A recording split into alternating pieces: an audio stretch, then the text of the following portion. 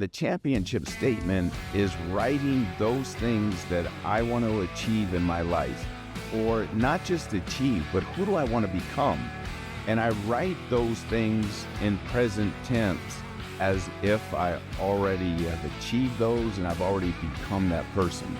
Now, I don't write it one time, set it in a drawer, forget about it, because that's not going to drive it into my subconscious. It's not going to make me a habitual person to that statement. But if I write it literally every single day, pretty soon I'll be writing it from memory.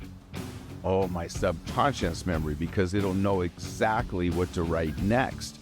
But not only as I write it, as I read it, as I visualize it, as I feel this championship statement, the how-to no longer matters, because the how-to starts to show up in your life through this awareness. It's kind of like name your favorite car. And if maybe your favorite car is a red Porsche, that's your dream car. And once you identify the dream car, drive around the roads, you're going to see red Porsches everywhere. But wait a minute, they already existed. What we need to do is identify it, repeat, literally writing it, reading it, feeling it, but then intentionally taking steps towards that championship statement. The behaviors of every sentence in that championship statement are so important, but they now become intentional behaviors. And as we take on and as we progress through these intentional behaviors towards that championship statement, we start to discover the how-to.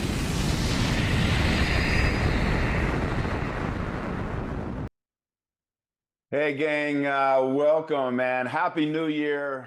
And I tell you, I'm looking on there. I got a warm heart right now. I see some of my friends from the baseball world have joined us today. I see some old friends. I see new friends. I see coaches. I see scouts.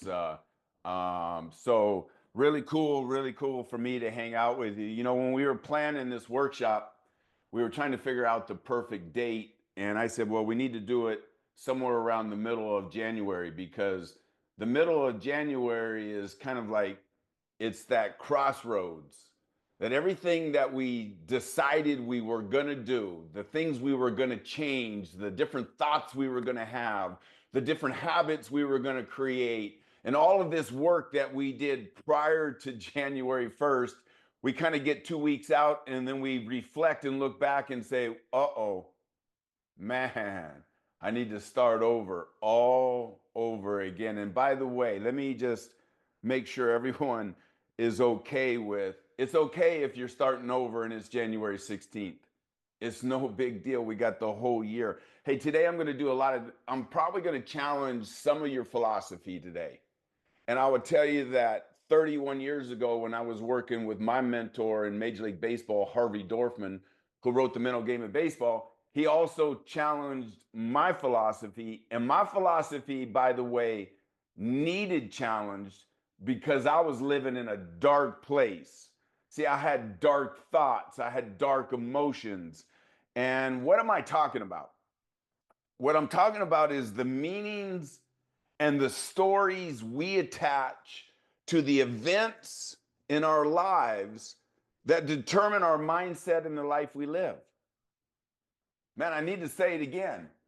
See, it's those meanings and it's those stories that we hang on to, that we attach to the way we think, to the life and the circumstances that we're going through. It's that perception that develops our mindset. And then ultimately that mindset is the life we end up living. So the meanings that we give to things, the stories, the perceptions, they become our truth, even when it's a lie. See, basically what I'm saying is we become our thoughts. Now, there's a lot of science and a lot of neuroscience. I study a lot of neuroscience. No, I'm not a scientist. I'm not going to back anything up, but I will tell you this. There are a lot of people in the neuroscience world that say that 80 to 90% of the thoughts you had yesterday, you're having those same thoughts today. 80 to 90% of the thoughts you're going to have today, you're probably going to have those tomorrow. What does that tell us? That tells us that 80 to 90% of the way we think today, we're going to probably be thinking next week. which is ultimately going to drive the life and the meanings and the stories that we create in our life. And that begins the life we live. See, our mind goes to work to prove whatever we think. Whatever we think. And you see it every 4 years when there's a political race based on how you think and what your emotions are, how you respond to things, all of the stuff that's going on in the inside of us, we throw up all over social media. But that's not the only time. This is a daily thing because our minds will go to work and they will literally prove our thoughts to be true, whether it's the truth or not. It becomes our truth. So here's what I would tell you. This makes the way we think and the things we focus on the drivers of our life and the drivers of our performance. And I found that to be very true, not just in my athletic career, but post my athletic career in my business world. But not just in my business world, also my relationship with my 5 beautiful kids, my soulmate, my wife, the lifestyle we live. Everything about my life comes down to meanings and stories that I hang on to. I want to share realness with you today. I want to be authentic with you today.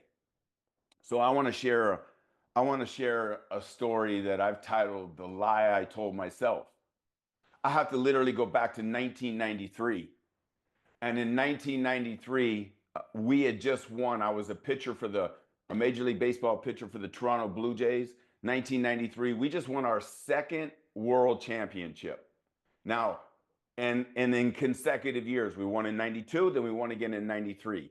Now, pre-1993, to go back into my life, I grew up at Yankee Stadium. My father was a legendary pitcher for the New York Yankees. Yankee Stadium was my playground.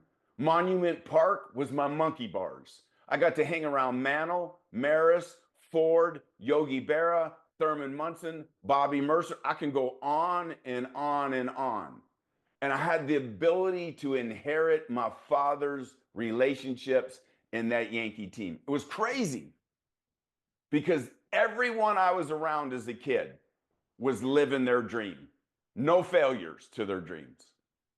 Everyone, all of these relationships that I inherited from my father that became family friends, whether I look to the left or look to the right, everyone had achieved their dream. So when I began to dream about playing Major League Baseball, it wasn't that there were percentages against me. Everyone I knew was in Major League Baseball. All of our family friends, Major League Baseball. Why should I believe that I couldn't play? See, I didn't buy the thoughts of the world because I didn't know the thoughts of the world. But here we are in 1993 after living out my childhood dream, growing up in Yankee Stadium with my father, hanging around legends of the sport, being 27, 28 years old.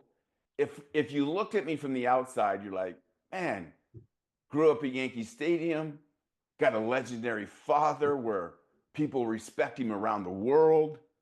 He's living his dream. He's making millions of dollars. He's now a 2-time world champion.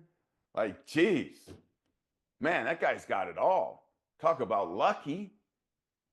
But you see, here's what they didn't know. What they didn't know is that when I looked in the mirror, I couldn't stand the person looking back at me. Matter of fact, I hated, I despised, and I had hate running through my veins when I looked at the man in the mirror.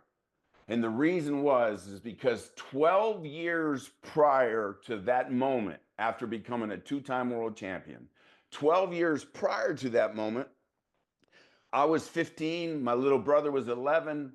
He was on his 3rd bout of leukemia. My blood matched his blood. The doctors deemed his only way to live a healthy, long, and normal life was a bone marrow transplant. I gave him the bone marrow transplant. I laid my body down. They injected needles 700, 800 different times. extracted the marrow, then put it into an IV, injected it into my little brother's body, and it appeared to work. Family was ecstatic. My little brother was walking around the hospital and seemed to be full of life. And matter of fact, the doctors even came to the family and said, hey, we're going to release Jason from the hospital in 2 days, and we want to talk about a release plan. And that night he went into a coma. He never came out of that coma. And then he went on to heaven. 2:20 a.m. I stood over my little brother as he turned blue. Now, my family went through amazing sadness that you can only imagine. And I pray that you haven't had to go through that.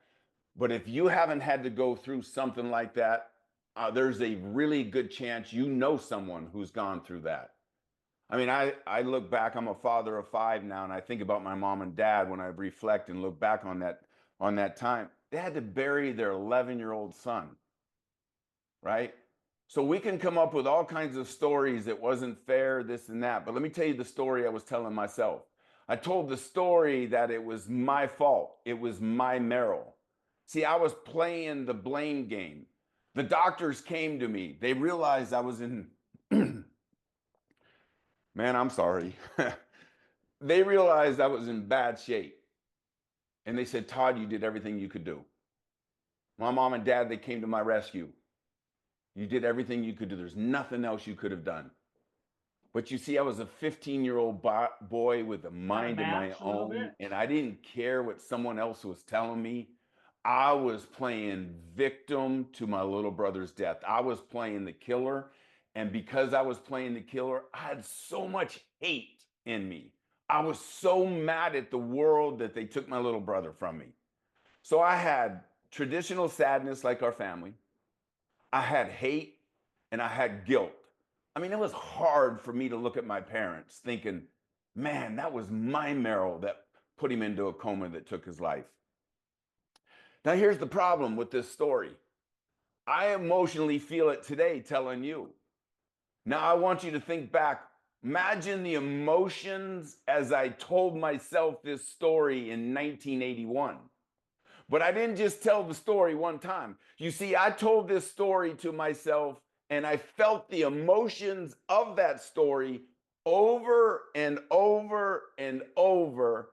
And I began to wire new circuitry, neuroplasticity into my subconscious, and I became the story I told myself. I became that killer. So here I am, 2-time world champion. Still, 12 years later, still despising the person in the mirror. Hate running through my veins. I couldn't love myself. I couldn't love anyone else. I would run over people. I would tell you that I wasn't the best person in the world if you would have met me on the street.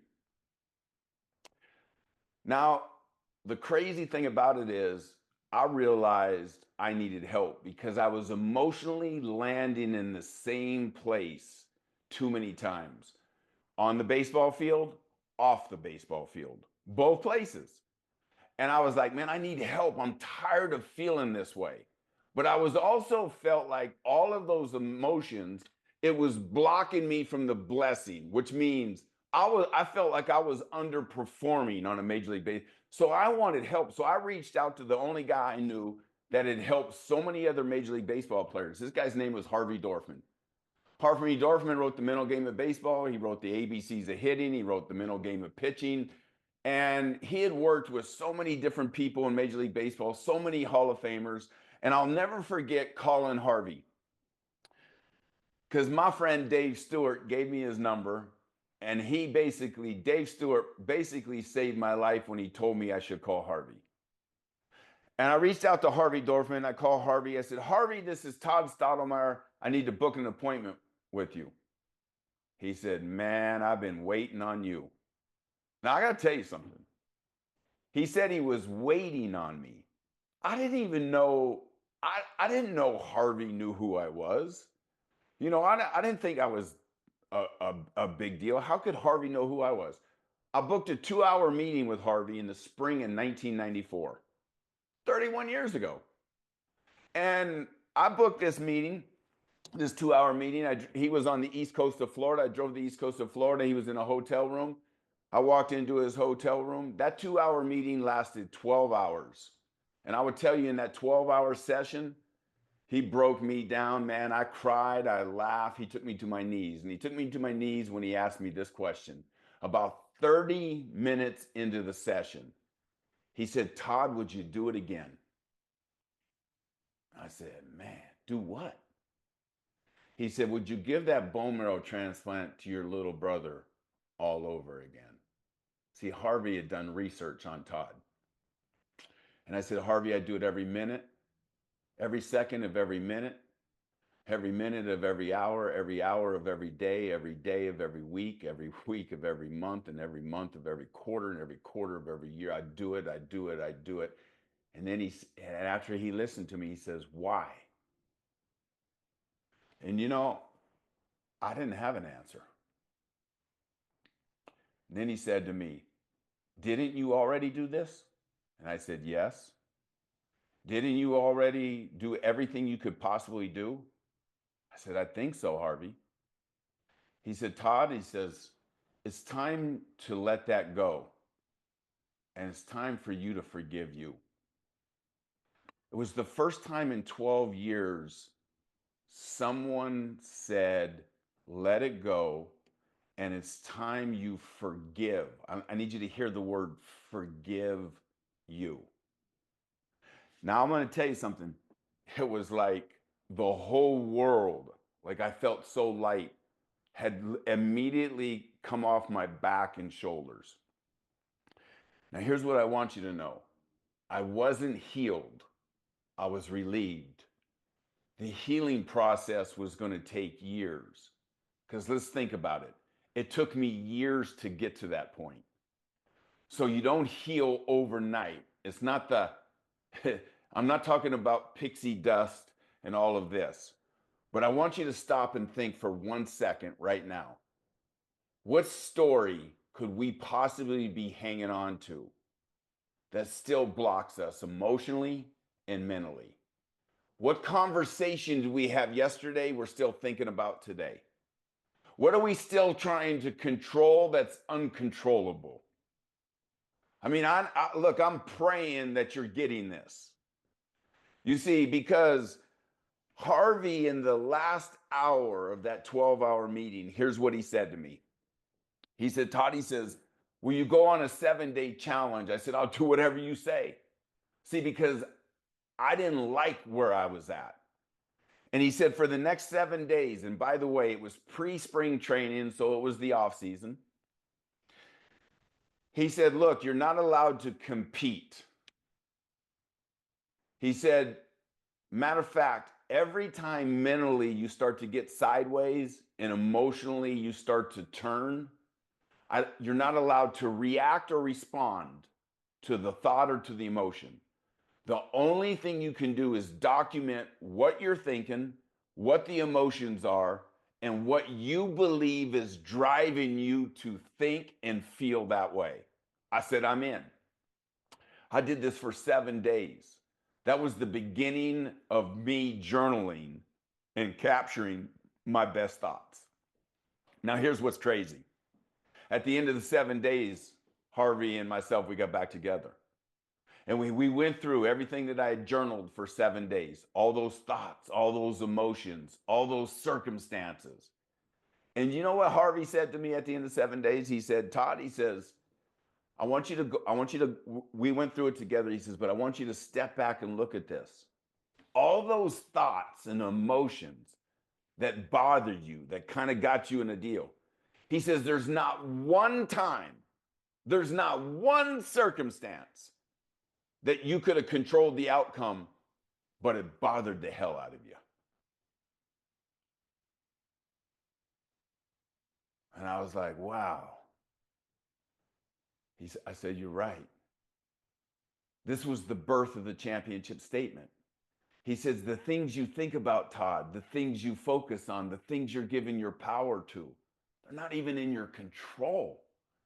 He said, and then he said the statement again. And it's like, I love the statement. Let them go. And it's kind of like I used to fly on an airplane, and I wasn't crazy about flying on airplanes. And as much as I've flown around the world, every time the airplane gets in turbulence, my thoughts go to, boy, I hope this isn't it. I have some of the worst thoughts when I'm on that airplane. But yet I have no control over the flight, the pattern, whether we land appropriately or not. But yet emotionally and mentally, I can go to a place. So I want to know something, and I want you to think about it, and I want you to challenge yourself, and I want you to do some self-reflection and self-awareness. Is what's driving your thoughts and emotions? Are you in control of them, or are we wasting time, energy, and focus on things we can't even control? Once again, the birth of the championship statement. The birth of the whole idea of the championship statement is to intentionally drive the thoughts we want to have. It's to repeat those thoughts and emotions intentionally over and over and over again until you become that person. I'm going to call time out. I became a lie by doing this. Now I had to redrive the circuits to undo the lie. And it wouldn't happen overnight. It had to happen over time. And that's the healing process. I needed different thoughts. I needed a different way of thinking. I needed to match the thoughts in my heart, the emotions, and I needed to drive new circuitry. So with the championship statement is, Harvey says, Todd, what do you want? What do you want to accomplish? Who do you want to become? What kind of person? What kind of husband? What kind of father? What kind of teammate? And I was like, he goes, I need you to think about all those things. And then I need you to write those out so that we have intentional thoughts on who we actually want to become, what we want to achieve, and what we want to do. And I was like, and in a game, in a Major League Baseball game, it was awesome because he gave me incredible tools that it didn't matter what was going on in the game. And he put it to me this way. He said, Todd, the second the ball leaves your hand, you're no longer in control of what happens. You don't know if the hitter is going to hit a ground ball to the shortstop, swing and miss, foul it off, ball, strike, you don't know what the umpire is going to do. You don't know if he's going to hit a home run. And he said to me, and Todd, it doesn't matter because you can no longer control what happens. And I mean to tell you, it was massive, the amount of stress that came off my body when I was like, he says, the only thing you can control is what you're going to do with the next pitch. And there's nothing you can do about it until the ball's back in your hand. He goes, and in life, it's exactly the same way. And I was like, wow.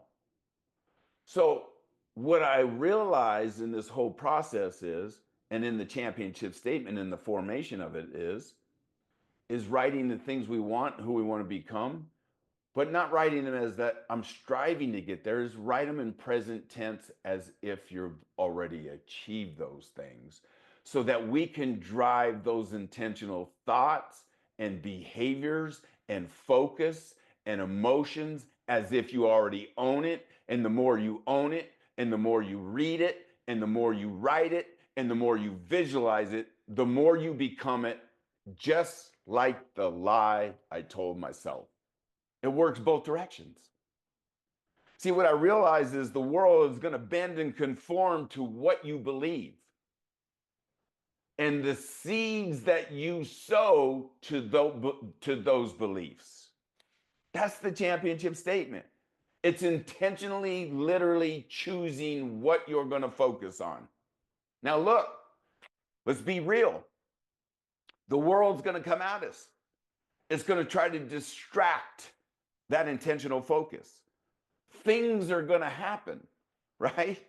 But by writing your statement, by reading it, by visualizing it every single day, at some point, you become that person, because your brain goes to work to discover the how to, all the resources, and all of the connections that need to happen for you to become that. Look, everything already exists. A lot of you that are joining me today, you've never heard me speak, you've never met me personally, and yet we got connected through this workshop, and who knows where we could go from here together. Who knows? And it's like, but by writing it, reading it, visualizing every day, you literally become the star of the show of your intentions, of who you want to be and what you want to achieve. And the more you repeat it, the more it drives circuitry in your subconscious. And let's not forget, 95% of our lives is lived out of our subconscious. I'll give you a stupid example of it. Some of you might be at work today. You probably drove your car to work. Did you have to think about how to start your car? Like when I grew up, you actually had to put a key in a little deal and then turn the deal, right? The key. But I remember when I was first learning to drive a car, I was like, how come the key won't turn? And my dad said, put your foot on the brake. I was like, oh. And you know that I've never had to think that thought ever again, because I turned the key with my foot on the brake enough times that it never took up any willpower or any space in my brain. And it's like, now think about it. When I was first learning to drive a car, I wasn't very good. And, two hands on the wheel, 10 o'clock, 2 o'clock, blah, blah, blah, blah. All these things, gears and reverse and all those things, none of us even, we don't waste 1 ounce of energy, focus, or intentionality in thinking, how are we going to drive? How come? Because we've done it enough. We've repeated this process enough. It's in our subconscious. How about riding a bike? We started with training wheels. You take the training wheels off and you're falling all over. I don't know about you, but when I first started riding a bike, it was a bloodbath. And you know that the second that I got to a point where I could ride the bike, I haven't ridden a bike in years. I can get on a bike. How come? And go ride. I don't have to relearn. How come? It's in my subconscious. I don't have to think about how to ride the bike. This is what our thought, this is what the repetition of our thoughts do. So I'm telling you, your championship statement is much different than setting a goal. Setting a goal, it says, I'm going to do this. I write it down. I put it in my desk. I never look at it again. No, no, no, no. I'm talking about writing it, reading it, and visualizing it. Hey, by the way, do you got 5 minutes in your life to become the person you want to become? Do you got 5 minutes every morning? I was like, man, I can do this. See, it's simple enough that we all can do it. It's all about getting intentional. You know what's funny to me? There's a challenging statement that has bothered me so much. I know you probably all heard it. What you resist persists. By a raise of hands. How many people have heard it? We've heard it. The things we resist in our life persist in our life. Now, I got to tell you something. I really meditated and focused on that statement. And you want to know why? Because it bothered me. Like it frustrated me. So I stood back from it and I was like, why? Why is that? Why would things persist that I resist? I go, why? If I resist them, why do they keep showing up? And I'm like, aha, Harvey Dorfman. It's the things you focus on that you get in your life. It's the results, it's the intentionality. So I want you to think about it. so many people talk about, I'm going to get out of debt. I'm going to get out of debt. I got to get out of debt. I got to get out of debt. I got to get out of debt. Damn, man. It's like, you've been trying to get out of debt your entire life and you never get out of debt. Matter of fact, you're accumulating more debt. How come? Because it's all we think about and we get what we think about. How about if we change the paradigm? Instead of I'm going to get out of debt, I'm going to create more income and I will no longer ever even think about the debt because it'll be no big deal. Just generate, I got to figure out ways to generate more income. See, it's a different paradigm. It's a different way of thinking. But this whole thing with resist is like, hey, every time I resist something, I call time out on myself. I said, oh, time out, Todd, don't you dare. And this is where Harvey and myself 31 years ago came up with the 180-degree mindset. You don't like your thought? Change it. Change the channel. And we would change the channel 180 degrees from that thought, and it would land us in positive territory. See, it's crazy. Everything has an opposite. What's the opposite of up? Down, day, night, left, right. Everything has an opposite. Just like our thoughts, they also have opposites. So if I'm in a negative state and I got negativity going on in my brain, I got to call, and I'm aware of the negative thoughts, and I create this awareness field around the way I think. I can call time out on myself. I can say, stop it. I can breathe in, hold it, let it out, change the channel to the new thought, focus on it, take the next step. That I know I just made that sound so simple, but let me tell you guys something. That's hard. And everything that I'm talking about sounds simple, and it is, but it's hard work. You know, I recently did a training in my Inner Circle program, and we titled it The Next Level You. And as I was preparing for the training, I was like, man, and through my reflection, whether it was athletics, business, Harvey Dorfman, working with coaches, whether it was working with Tony La Russa, Dave Stewart, Dave Winfield, Ozzie Smith, all these people that I got to be around, all these people that poured into my life, I was like, okay, well, how can I help people achieve more, gain more higher performance? Now, I came up with 7 steps, but I want to throw a warning flag out there. I'm not the step-by-step guy. I'm not saying, hey, do these 7 steps and man, you're going to skyrocket to the moon. All right? Because there will be ultimately steps within steps. So here they are. I'm going to give you, and it's a 30,000 foot level of the training that I did in my Inner Circle. And I'm just going to give you the bullet points. They're worth writing down, and then here's what I would tell you. Just think about them. Number 1 is, you got to get clear with what you want. See, in order to develop a championship statement, in order to become the person that you want to be, you have to be able to clearly define who is that person.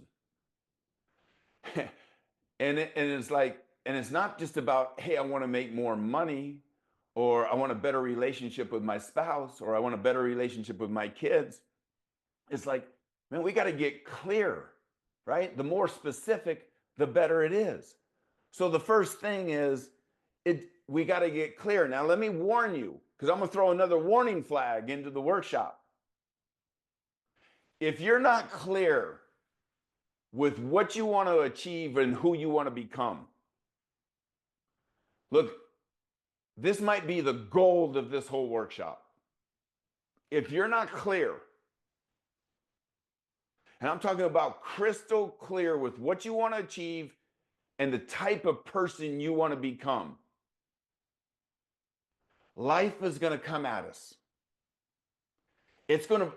Life is going to bring us some circumstances like the tragedy of my little brother. Life is going to come at us. Some of those life circumstances, or many of them, we're going to have no control over them. But if we're not clear with what we want, if we don't have an intentional focus, we're going to get consumed with life's circumstances. And those life circumstances are going to drag us through the valley and the shadows of death. They're going to drag us all over the bottom of the mountain. And I see it over and over and over. Go to dinner with someone and all they're talking about is what they're watching on the news today. It happens. But see, so I'm going to tell you this, you have to get clear with what you want. It's my favorite saying. It doesn't matter where you are. If I was in a game, it didn't matter if the bases were loaded. It didn't matter the score on the scoreboard. If I was in the game, I knew what I wanted. And I would just break it down to that focus pitch by pitch. In life, let me tell you something. Circumstances could be flooding your homes and your businesses right now. It doesn't matter where you are. Today's current circumstances don't matter as long as you know where you're going. But baby, if you don't know where you're going, you're going to get consumed in the messiness of life. Number two, we all want big things. We all want to achieve great things. And it's exciting. Like I got to tell you something, man. I get freaking jacked up when I'm making goals. And I got things all over my walls that you can't see right now. I got goals. I got things. I'm staring at them. They excite me. But I want you to know something. From the time that you set the sail, as Jim Rohn would say, this is what I want. This is the achievement of it.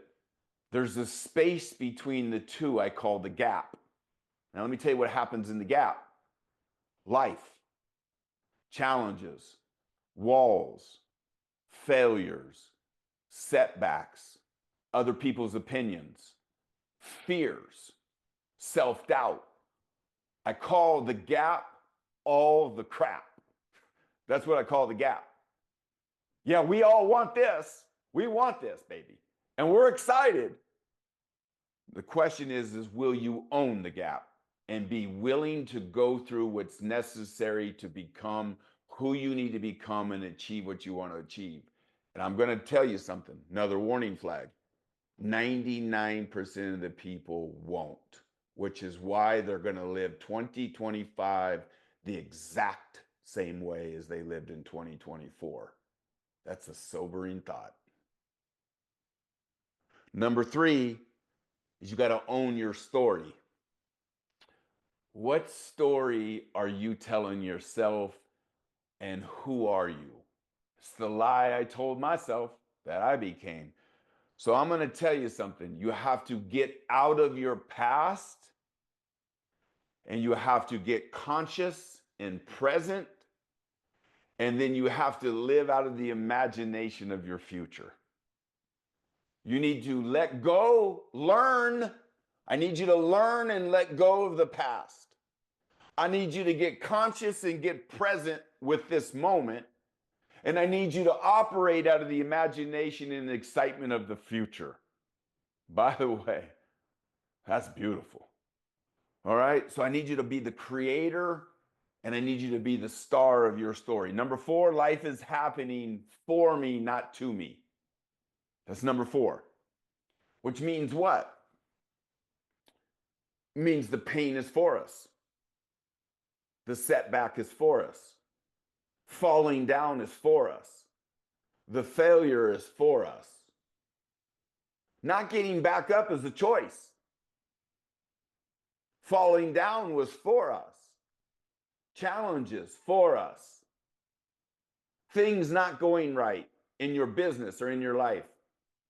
You know what? You know what all that pain, all that setback, all that crap is for? Is to knock on the door of your mind saying, hey, bro, I need you to get better. I need you to get better. And if we'll answer the door to the teacher of the pain, we'll begin to grow if we give it the right perception. Look, I have a young team. We develop companies. I'm super proud. I mean, we got some really cool companies or lifestyle. I got a coaching company. I got an electrolyte nutrition company. I mean, we got a cool electrolyte drink that we're launching with probiotics and this. I'm not gonna. This isn't an advertisement, right? We got Koi Beetle Poke, right? We got a franchise concept that we're franchising not only in the United States, but we're getting ready to enter the country of Canada. I'm excited to take it back to Toronto, where I got a chance to grow up and live out my childhood dream. We got some, but my team is young. We're developing. Here's what I tell them all the time. Don't call me and ask me what to do. Do it. And if you fail, fix it. It's the only way you're going to get better is through the failure. But you see, if I guide these young people and just tell them what to do, how are they ever going to learn? How are they ever going to coach themselves? How are they ever going to have reflection? How are they ever going to have self-awareness? How are they ever going to grow some wings and fly and lead other people if I'm just a dictator? It doesn't work. So I'm telling you, the pain is for you. Number 5, you got to create awareness. You got to create awareness around these thoughts and emotions. You got to create awareness around your patterns, your triggers, your habits, your routines, your rituals. You got to create awareness. Here's the awareness. Whatever doesn't work, you need to rewire that. You need to rewire the way you think about that. You need to rewire the way you feel about that. You may have to rewire that habit. You may have to rewire that routine. You may have to rewire that. Listen, you've got to get to the root of the problem. And the root of the problem is rewiring our subconscious in the things that we think and feel about what's going on. Number 6. No one's going to like number 6.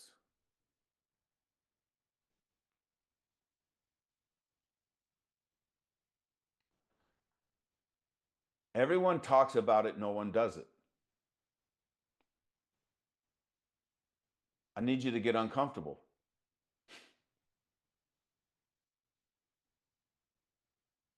Now, it's human instinct that we all strive for comfort.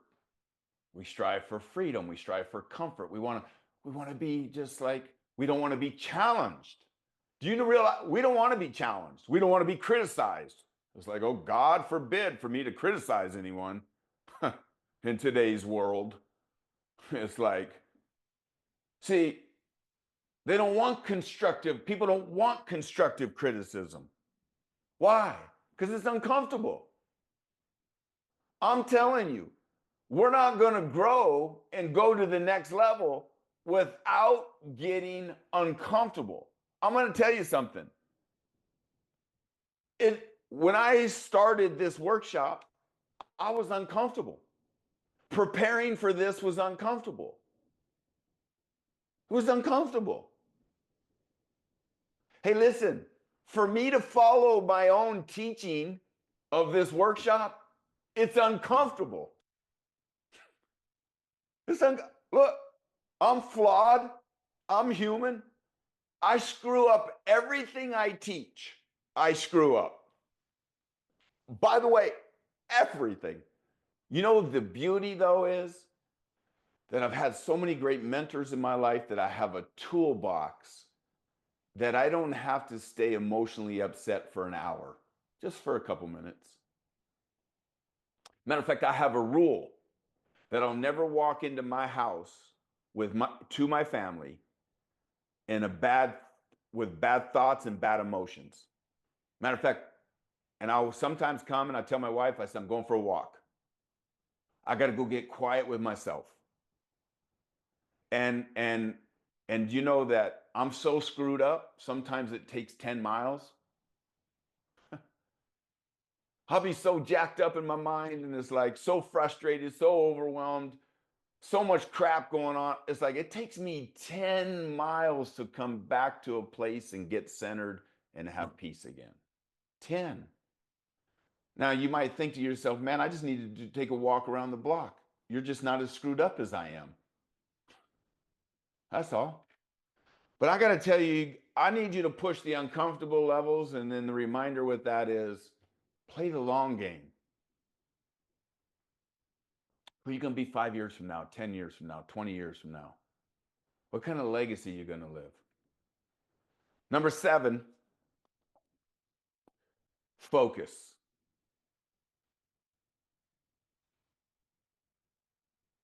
Focus on the things you can control and let go of everything else. And if we can create an awareness around what we're focused on, you can ask yourself, you can listen, I do this training on self-talk, and it's the only time you should talk more than you listen is when you're talking to yourself. Because if you listen to yourself, that can be ugly. And I need you to sometimes call time out on listening to yourself and start talking to yourself. Start saying the things like I will, I can, and I am, instead of I can't and poor me and it's because of this and oh my God, let me play victim to that. It's like, oh Lord. So I want you to create an awareness around what are you focused on? Because then you can turn the channel. And everything you can't control, just let it go. Let it happen. Let it be. Go for a ride. Learn from it. I came up with, matter of fact, last year, 2024, I come up with a word of the year every year. Last year, my word of the year was focus.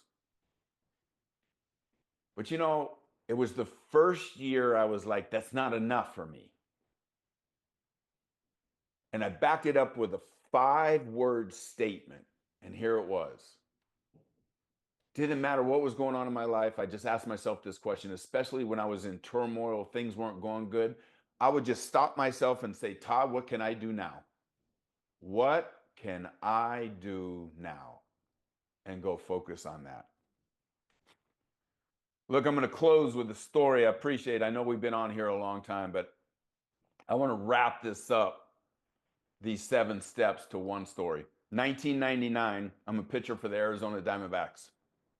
And by the way, these stories that I'm sharing with you are my experiences. And what I'm trying to do is connect so that you can find your stories that are similar that you can do something with. But in 1999, I just signed a 4-year agreement with the Arizona Diamondbacks. It's May, and we're in San Francisco. I woke up that morning with a stiff shoulder, and I thought, man, my shoulder's stiff, but I got to pitch tonight. And I thought, well, I must have slept on it. First thought.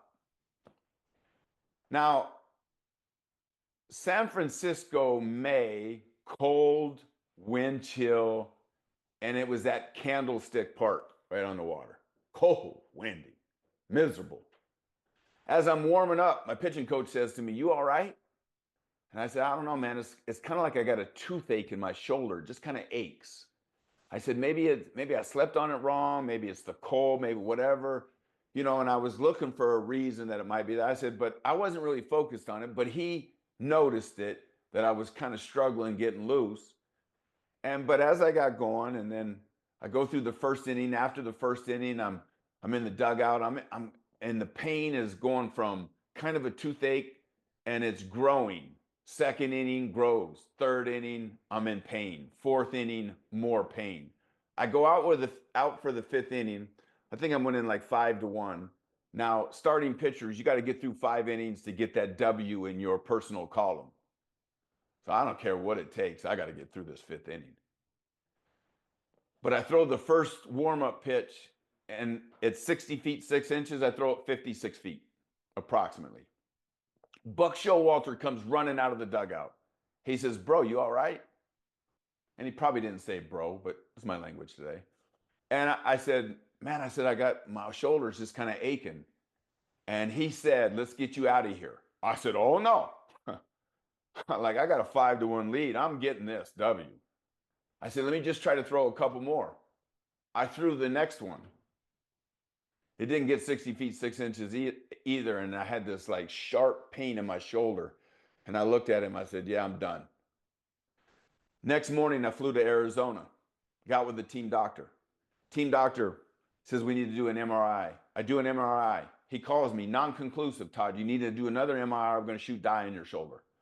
I said, fair enough. Next morning, shoot dye in my shoulder, MRI. Later that afternoon, doc says, I need you to come see me. Won't give me the report. I walk into the office. He said, listen to me. He goes, it's not good. He says, your bicep tendon and your labrum are torn completely away from the bone. He says, you got a hole in your rotator cuff. It looks like a bomb went off in your shoulder. He said, you need surgery. He says, but I need you to understand something. I don't believe I can operate on you and you ever pitch in a major league game again. I was like, wow. I'm 34 at the time. I feel like I'm in the middle of my career. I feel like I got another 10 years. I'm like, what do you mean you can't fix me and I can't pitch again? He goes, Todd, it ain't good. He goes, here's what I want you to do. I want you to go to the best orthopedic surgeons that you can find in the world and take your MRIs with them and go show them. I said, fair. I'm going to do a tour. I started on my tour. I'll never forget when I got to LA to see Dr. Job. Dr. Job took my MRIs, held them up to the light and goes, whoa, brought them down. Job looks at me and he says, young man, you've had one hell of a career. I'm like, what do you mean? He said, you need surgery. I said, I understand. He says, I'm not going to be the guy to do it because I don't think you'll ever pitch again. I'm like, damn, man. I got the same message over and over and over. Flew back to Arizona. I walk in Dr. Zeman's office. I said, Doc, I get it. Is there anything else I can do? He says, we can try. I said, try what? He says, you can fall in love with the weight room. He says, you're going to have to get your legs, your glutes, your core, your back, and every muscle around your shoulder as strong as you can. And I need you to use the weight room not like a pitcher, but like an Olympic weightlifter. You're going to have to get as strong as you possibly can to see if we can override the weakness in your shoulder. I said, okay, cool. I'm buying that, right? So he said, look, if you do this, then we're going to have to redevelop how you think about pitching. Then we're going to have to rewire like all of your mechanics so that your legs and core take a. I said, fair enough. I'll do it all. I don't care what it is. I'll do it all. I walked out of the office about an hour later. I said, hey, Doc. I said, I'm going to pitch again. And he kind of was like, he didn't want to say, yeah. He just kind of looked at me with a smile. I said, no, Doc, I'm going to pitch again this year. This was May 1999. 3 months later, I stood on a major league mound in a major league game. 3 months later, after I had every orthopedic surgeon that I'd met with tell me I was done and it was they said it was impossible. And then everyone told me the way I was trying to come back was also impossible. And here's what's crazy. I pitched game 2 of the playoffs for the Arizona Diamondbacks that year against the New York Mets. I was the winning pitcher for the first win in franchise history for the Diamondbacks in the playoffs. After being told medically and the world saying this thing is impossible. See, there's a problem with impossible. I just don't believe in it, number one. I believe everything's possible. But in order for possibility, I had to also go through these 7 steps. See, I had to get crystal clear with what I wanted, and I needed a vision of what it looked like. And guess what? I had to step inside the gap of being told that there's no freaking way.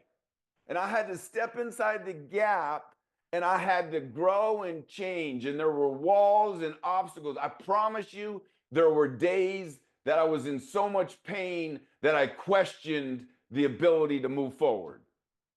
I promise you, I went through all of that crap. But you see, I was living in the gap. And I fell in love with the process of the gap. I fell in love with the bad day, saying, tomorrow I'm going to kick your ass. I fell in love with it. And then guess what else I had to do? I had to change my story. My story had to change. I had to become the comeback kid. It wasn't the kid that grew up in Yankee Stadium any longer.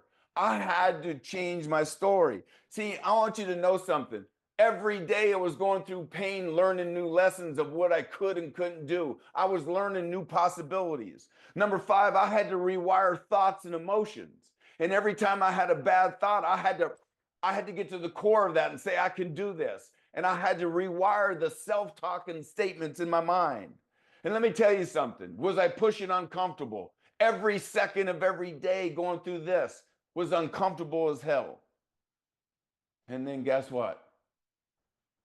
My complete focus over pitching in the game wasn't about living a dream. It was about one more time. My focus changed. I said, I just want one more. And you know that I fought for one more until there was no more. And I remember my mother saying, how long are you going to do this? I said, until I can't raise that right arm or until some team says you ain't good enough to throw it. And I promise you, I got to that point. And it's pretty cool walking away from my career knowing I left every pitch out there. Here's what I want you to know. I've had to rewire myself multiple times in my life. I wired a lie where it became my truth. And I had to rewire myself completely to get the next level of achievement. I don't need someone to tell me this doesn't work. I don't need science to back it up, and it does 100% with everything I'm saying. So I don't care whether you believe in theology, the biblical principles, or science. They have intersected on everything that I'm teaching today. And I'm telling you, you become how you think. See, I want you to know something. Whatever challenge you're up against, it's just those are just lessons for you to get better. I just want you to know that if I could do those things, and I have no special talent, none. If I can do that, you can do it. So whatever obstacle you're up against, whatever challenge you're going, I'm just telling you something right now. You have the power to do it and to overcome and to lead it.